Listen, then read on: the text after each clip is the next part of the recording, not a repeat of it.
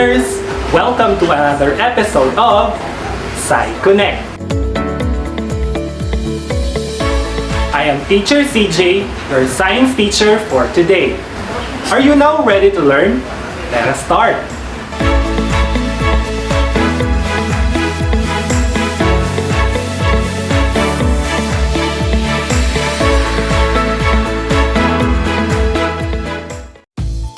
In this Grade 7 Science video lesson, we will talk about distance, displacement, speed, velocity, and acceleration.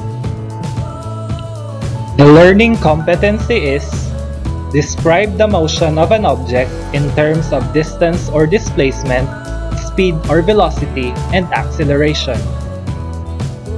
Before we start, let us answer this 5-item quiz. Choose the letter of the best answer and write your answers on your notebook. Let us start. 1.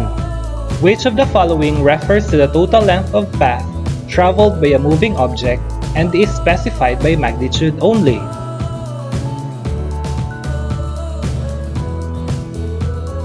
Two. Which of the following refers to the shortest straight line path between 2 points and is specified by magnitude and direction? 3. A man walks 10 meters in 20 seconds. What is his speed? 4. Which of the following is an example of velocity? 5. Which of the following describes acceleration correctly? You can pause the video if you need more time in reading.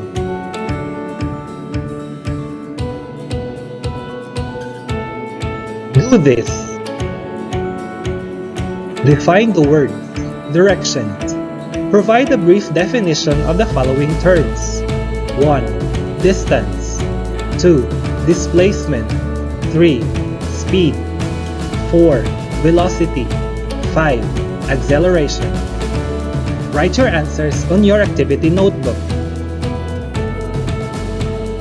Explore. Activity 1. Distance and displacement. Analyze the figure and situation to be shown. Answer the questions that follow. Lito and Lita are bound to go to school. From their initial location in point A, the supermarket in point B is 250 meters away. From the supermarket, they have to walk 250 meters more to reach their school, which is on point C. Answer the following guide questions and write your answers on your activity notebook. 1. Lito and Lita walked from their initial location, point A, at the same pace and reached the supermarket, point B, at the same time. What is the distance that they have covered? What is their displacement? Point A to point B. 2. If Lito and Lita continued walking and reached the school point C at the same time, what is the total distance that they have covered starting from their initial location, point A?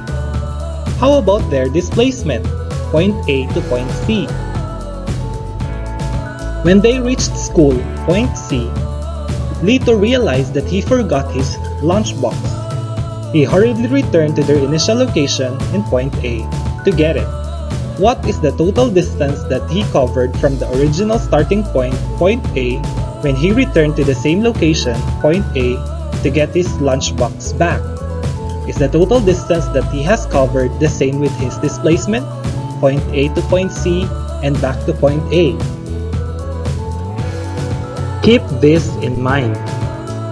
Here is a table comparing the terms distance and displacement.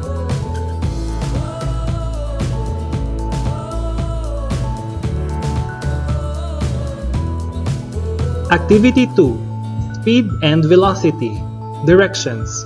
Write speed or velocity if the situation indicates concept of speed and velocity respectively.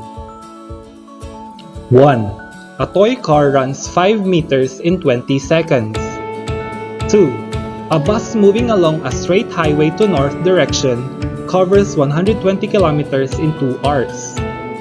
3.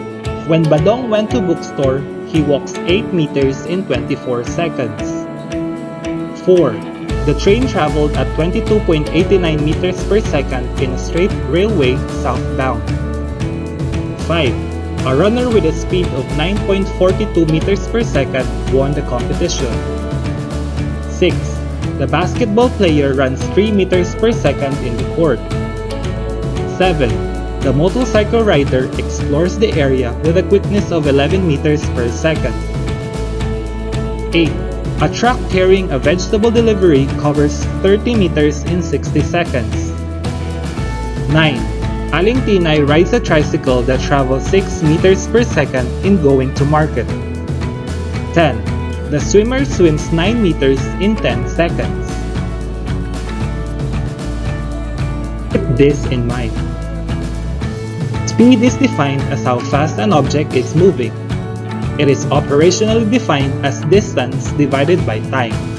To calculate how fast an object is moving, the equation below is used.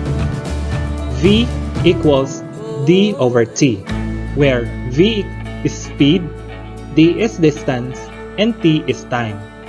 The units of speed can be meters per second, kilometers per hour, miles per hour, and others. Velocity, on the other hand, is the rate at which an object changes its position.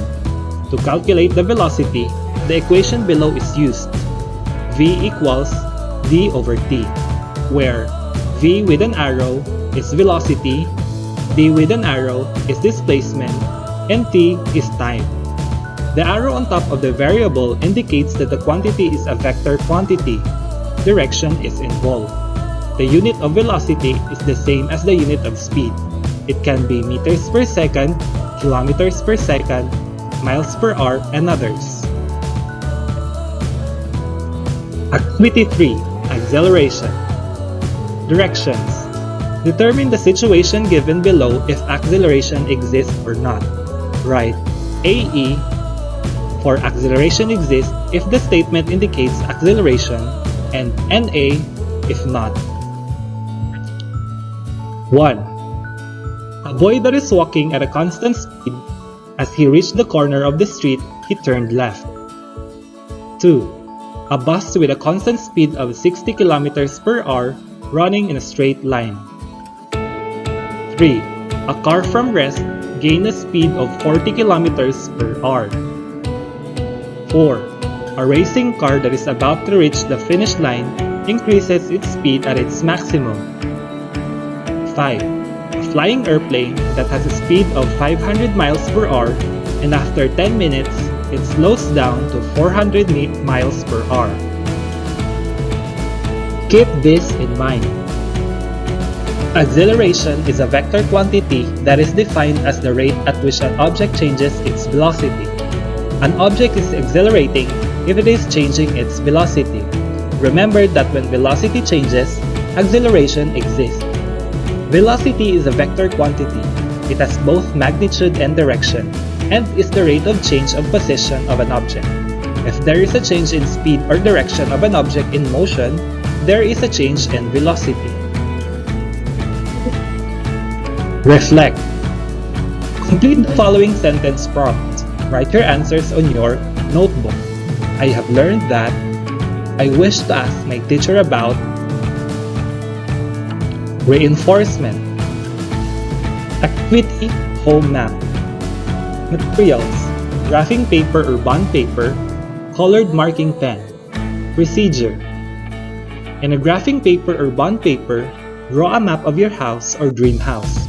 Indicate the different parts of the house: sala, kitchen, bathroom or toilet, bedroom, terrace, garage, rooftop, etc. 2. Use line segments and arrows to show distance and displacement traveled from one part of the house to other parts. 3. Make a sample computation showing solutions for number 2. Select any part of the house. Example, from sala to kitchen, then to garage, and to rooftop. Answer the following guide questions. 1.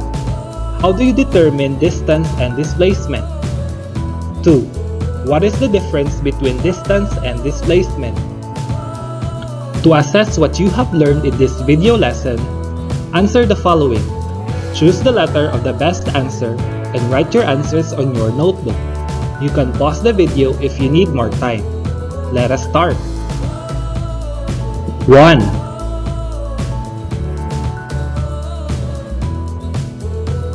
Two.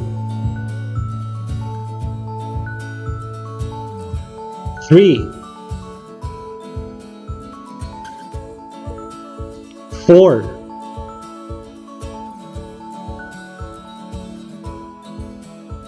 5. 6.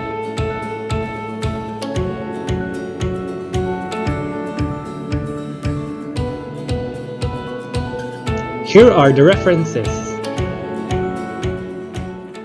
Congratulations learners for finishing the video lesson. I hope you enjoyed learning with me today. Remember, learning is fun with Sci-Connect.